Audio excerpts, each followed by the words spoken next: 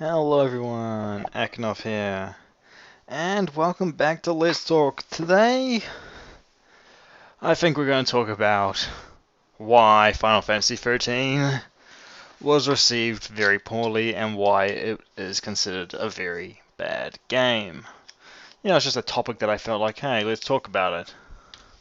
I mean, I mentioned it in my talk about Final Fantasy XV and about the whole Uncovered event, how I don't hate it as much as other people. That's not particularly to say that I like it. I mean, there are aspects of it that I consider good, and then there are aspects of it that I consider terrible.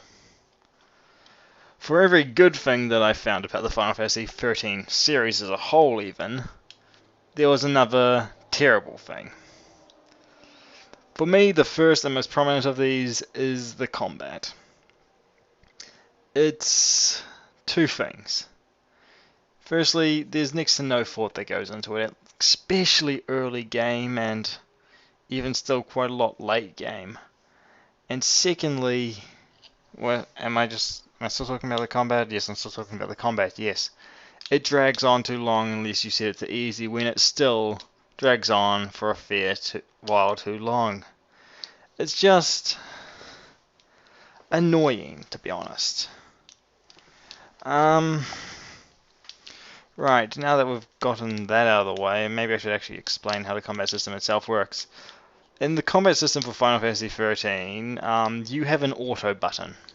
This auto button pretty much will always give you the best option, except for a few conditions such as your ultimate moves and what else does it not give you? Your ultimate moves are better than it, and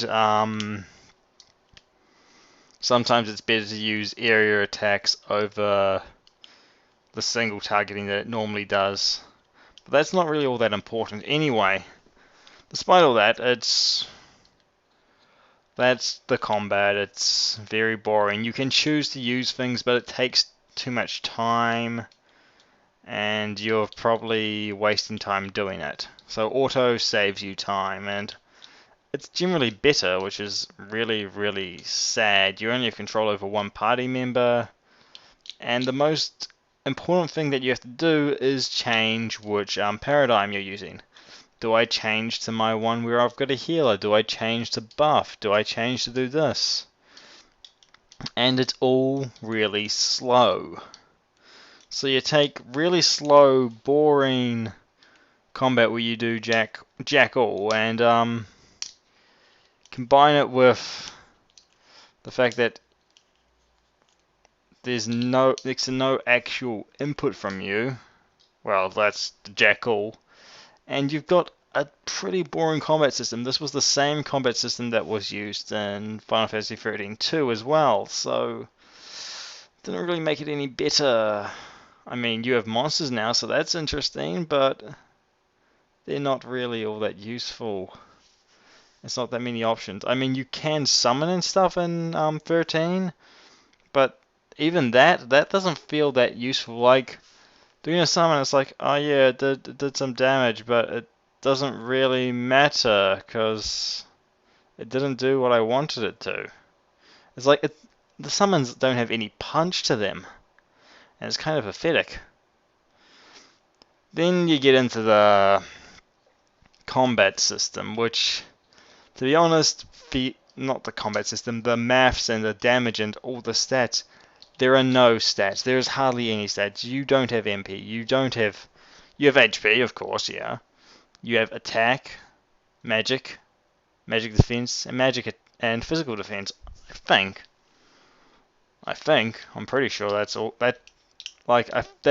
No, you don't even have defenses. You just have magic and strength. Those are your two stats.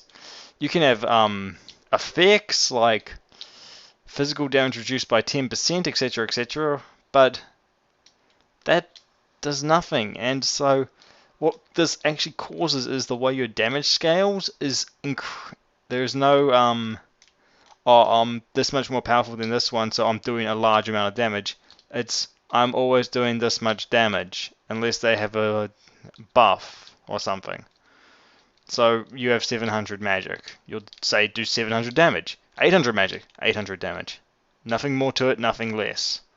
It's not a matter of something like older games where, oh, my attack is like when I'll use an example.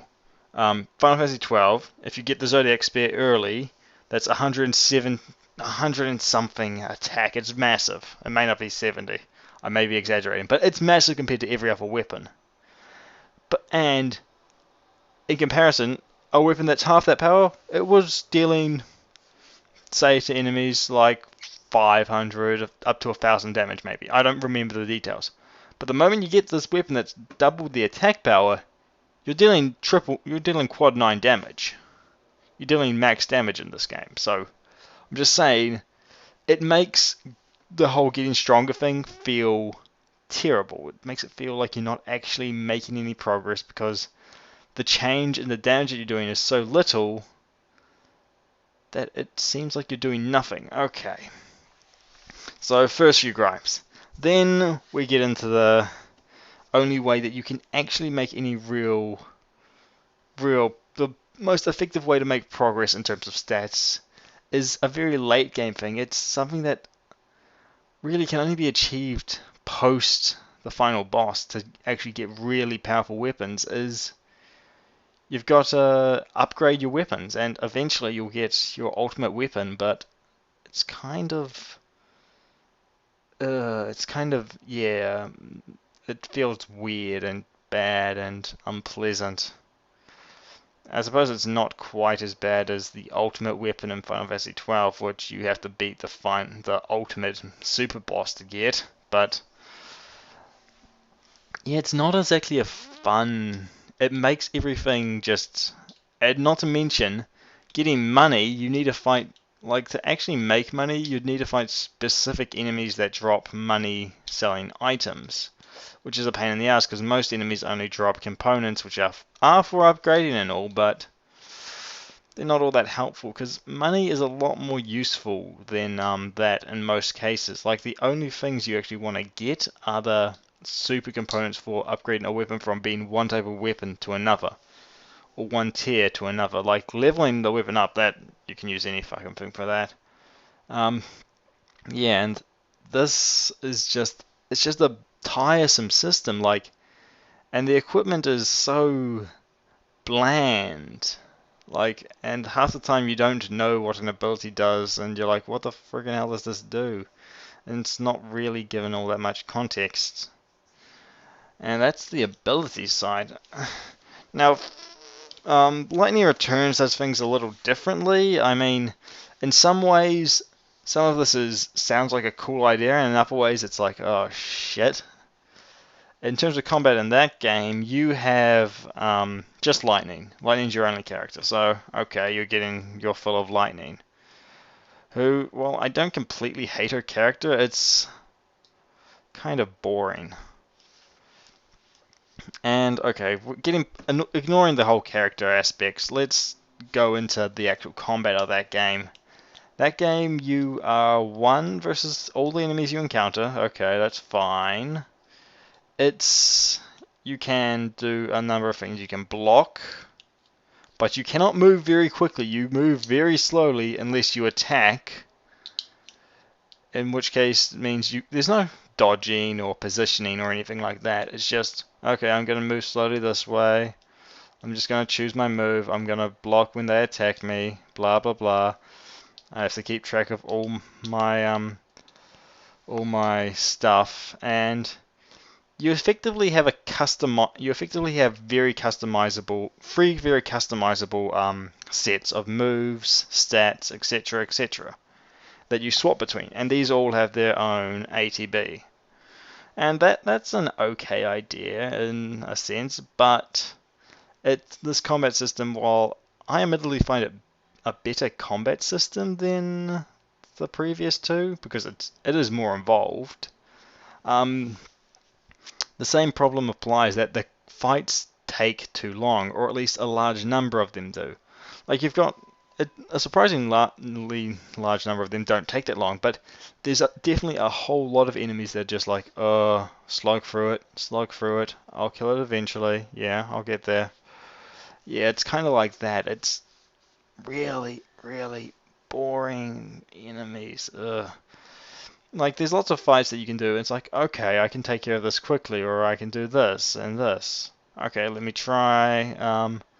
But the problem is, like, you can't, unless you've got a like really broad spectrum of sets, and you don't have like, you're gonna run into a lot of enemies that you can't just that are really hard, that take too long to kill.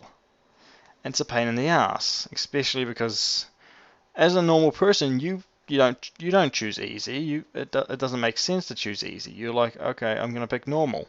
That's what everyone does when they play an RPG. It's like, it's not normal to pick easy in them. It's just like, okay, I'll just play the normal way, how it was meant to be played.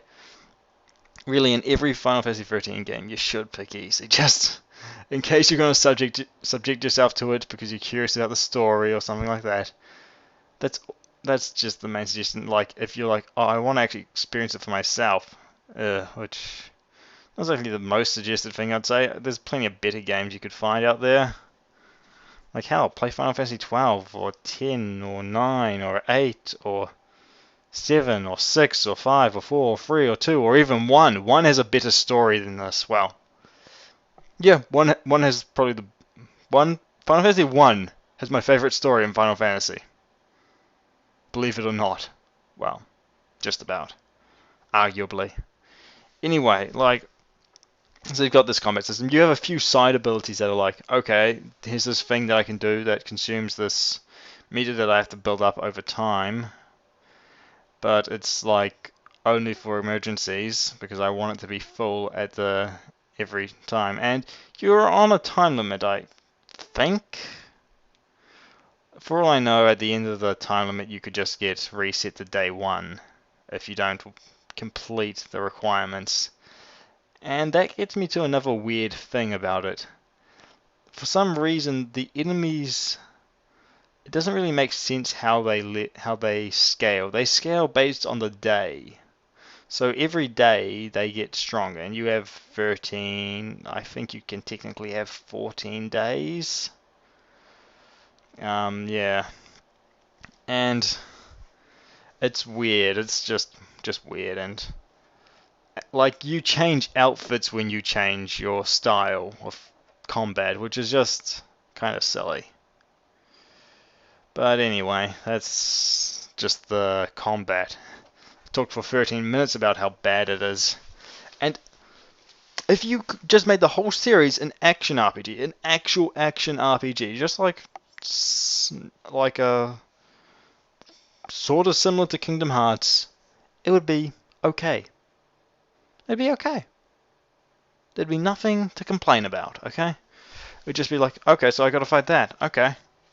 I'm actually doing something. Yay! And I could be so much more happy with it. Then...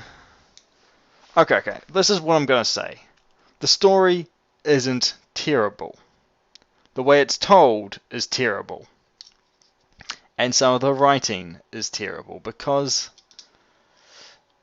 it's very, very contradictory. Like, the actual story itself is fairly simple. It's especially Final Fantasy 1, where it's about a group of people who are bound into service of these deities, and their choice is their struggle to defy their fate. Which it's a good, solid story about integrity and all that stuff, and surviving and breaking free, and that sort of stuff. But the way it's told is contradictory, full of plot holes, and it's got a bunch of annoying little things. One of the things that I remember most annoyingly was, I think it was when you get the Grand Pulse. Okay, just shortly before this, Hope has basically found his resolve. He's become stronger, he's become more strong-willed, he's become more capable, and he's like he's started to resolve his issues with his father and all that jazz. And then when you get onto Grand Pulse, he's all of a sudden like, he's like all of a sudden like, oh, I'm depressed, I can do nothing about my fate, etc., etc. It's like, wait.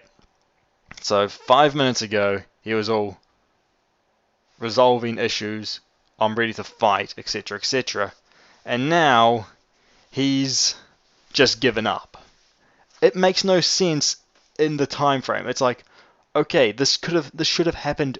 Him giving up should have happened earlier, and then he should have gotten the hope back. Well, given his name. Yeah. Oh yeah, and they forced the hope pun way too much. Way too much. It's really, really forced, and it just feels bad. Like, there's a whole bunch of other times when people, when the characters do this, they have they're set in one way, and then they're like, oh, I'm this other way. They just flip flop about. It's so annoying. And then we get into the characters. Okay, so the story, not terrible, but told terribly. The characters, like, if you were to give me a synopsis of the character's personality, I would be like, okay, most of them, I'd say this is a fairly cool character. You have Lightning. She's a former member of the military, rebelling against it to save her sister. Okay, that's cool. That I can understand that. You have Snow, Lightning's sister's betrothed, or not betrothed. I even forget the word fiance. I can't remember which one's which. But yeah, they're gonna get married. He's kind of a ruffian, and he's also trying to save Sarah. And well, yeah, he rebels as well. So okay, I don't mind this. Not like the premise of the characters themselves doesn't sound bad. Like Hope, he's a kid who loses his mother and wants revenge, and that drags him along with them, even though he wants revenge against Snow, which he learns really isn't all that bad a guy and changes his mind. But he still wants revenge, so he's gonna seek it somewhere else, is the idea. But yeah, it doesn't. You have these fairly okay ideas for characters. These characters that, yeah, they have their motives and all this stuff. And then when you see them in game, sure, maybe the first few interactions, they're okay. They're not too bad. They're not too great. But then they just become terrible and boring, and like, their character is fine, but the way they're written is just tiring. And that's the word for it, tiring. That's Final Fantasy 13. Hell, if you cut it down to be a 40-hour game instead of an 80 or 100-hour game, you know what? People may not have bitched as much. They may have been like, okay, this is okay. It's not that great, but at least it didn't waste a whole bunch of my time. I mean, by RPG standards of wasting time. Because by normal standards, unless you're talking about Monster Hunter or something like that, 40 hours is a fairly long amount of time. Like, lots of 20 or 10-hour games out there that you may prefer. Anyway, where was I? We were talking about the characters who are all boring and depressing. Especially because, like, one of the weird things is, I feel like I would actually describe Lightning as a sort of tsundere, but she's never cute. I think she's more of the sun without any of the dere. I can't even remember if that's right. She kind of is, but at the same time, she's like the sort of character who, for some reason, it's almost tsundere, but it doesn't work. Yeah. And it's weird when this is supposed to be this badass female character. Yeah. And there's a few other characters, and to be honest, it's the first time in the series where I think where the Cid is actually just an asshole. Well, sort of. He's actually a straight out enemy of the. Sort of not. He's sort of the same role as Final Fantasy XII Cid, just nowhere near as awesome or amazing. Anyway, that's that. That's a thing or two. Right. Are the characters in the other ones any better? Noel. Hey, at least Noel has clear motivations. He wants to save the future. In Final Fantasy 13 too, he's just well, actually, he doesn't give a crap about the future. He just wants to save a girl. But yeah, he's also trying to save the future. But you know, time travel. It's messy. Not to mention that the time travel in that game is like, oh yeah, there's all these locations that are in different times. You don't give a crap about actual continuity. You can go to any of them, so play around, have fun. And to be honest, it's not like it's surprisingly, in terms of not story but actual structure, it's the easiest and most graspable. Like, at least world structure. You go to different locations via overworld sort of thing, even though it's not really an overworld, you know what I mean? It's just a indexed map, and that's simple enough, but not really that important. Now I'm getting confused and lost and forgetting details that are important. Right. And is the story of that game any better? Not particularly. And 13 and Lightning Returns makes no actual sense. Like, actually the premise of 13.2 and Lightning Returns, the whole thing that causes those to happen, ruins the point of the ending of 13. So it makes 13's ending seem like it's worthless, because 13's ending, it was like they did something. 13.2 says, oh nah, you guys didn't actually achieve anything. It was someone else that caused this to happen. Which really sours it. Yeah.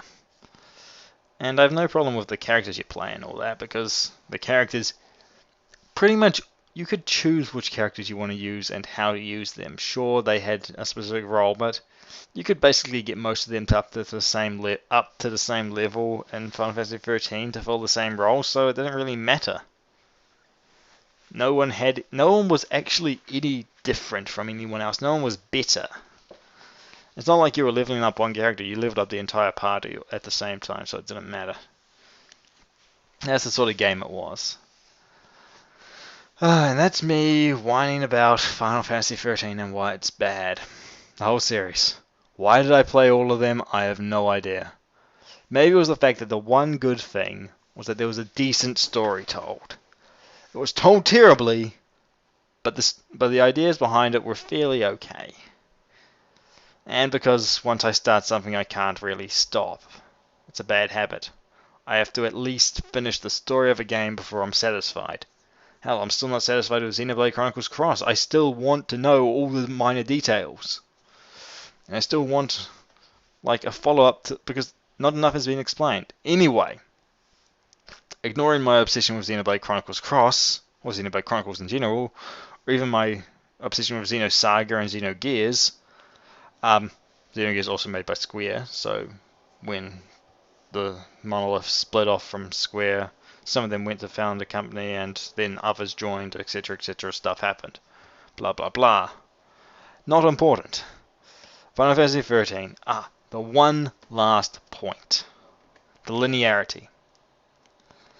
I wasn't bothered by it being so linear. What I was bothered by was how open it was about being linear. Now, a lot of people would say, other Final Fantasy games weren't linear, and I'd be like, no, some of them weren't. Like, I'd say especially like Final Fantasy XII.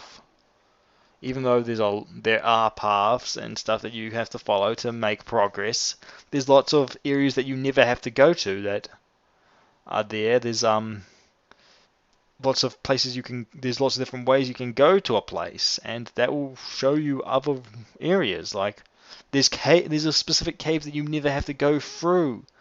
There's lots of bosses you never have to fight. There's lots of skills you never have to get. There's lots of things you never have to do, but it's better if you do them. There's lots of areas with enemies that you never have to fight, and there's a lot to it. And maybe that's the same with some other Final Fantasy games, but like, even if you take Final Fantasy 1, it's not for a while until you can actually go wherever you want, and you still need to do certain things in a certain order to actually get anywhere. Like, at the start of Final Fantasy 1 is actually really linear. The same can be said about 2, and, well, other than the fact that you can try to get yourself killed by Dark Knights, but that's a very dumb thing to try to do. Final Fantasy IX is the game that I experienced this the most in, well, other than 10, which is also very linear. But 9, in Final Fantasy IX, for the first, like, 2 discs, you're basically following along a linear path. It's not until, I think, disc 3 that you can be like, okay, I'm going to go where I want to, but I don't know anything about, like, this world doesn't... I suppose it's that, like, Final Fantasy 7 and 8 have more distinct worlds. Same with Final Fantasy 6 too, or at least in my opinion. And that's all cool and great and all, but the problem with Final Fantasy 13 wasn't that it was linear. I've dealt with that before in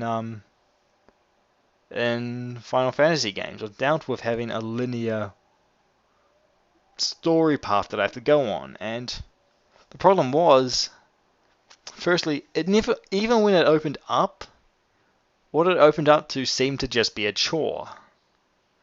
And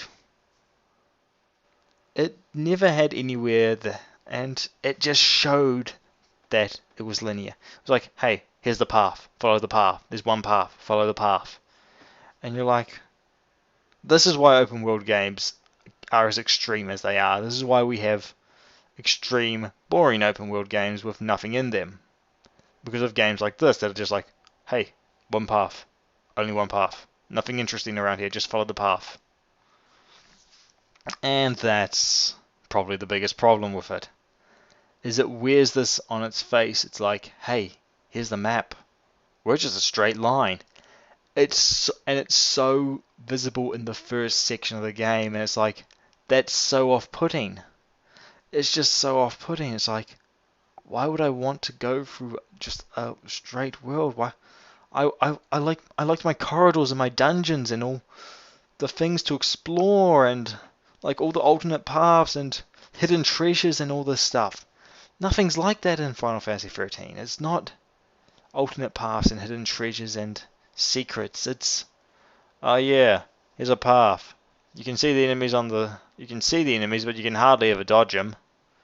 And that's it. It's just boring. And that's its biggest problem. The game is boring. Nothing else. The actual gameplay, field, and battle is boring. Well, mine has been Akinoff. Hope you've enjoyed or felt your frustration and hatred of this game to be verified, validated, or some other thing. Or you've taken away something sensible like, it's only terrible, it's only bad. It's not as bad as people make it out to be. It's just comparatively terrible compared to other Final Fantasy games. And good night, or something like that anyway. Next time I'll talk about something else. I don't know, maybe my obsession with mongoose? I mean, I do have an obsession, but I probably don't want to talk about that with people. I should probably talk to someone about that.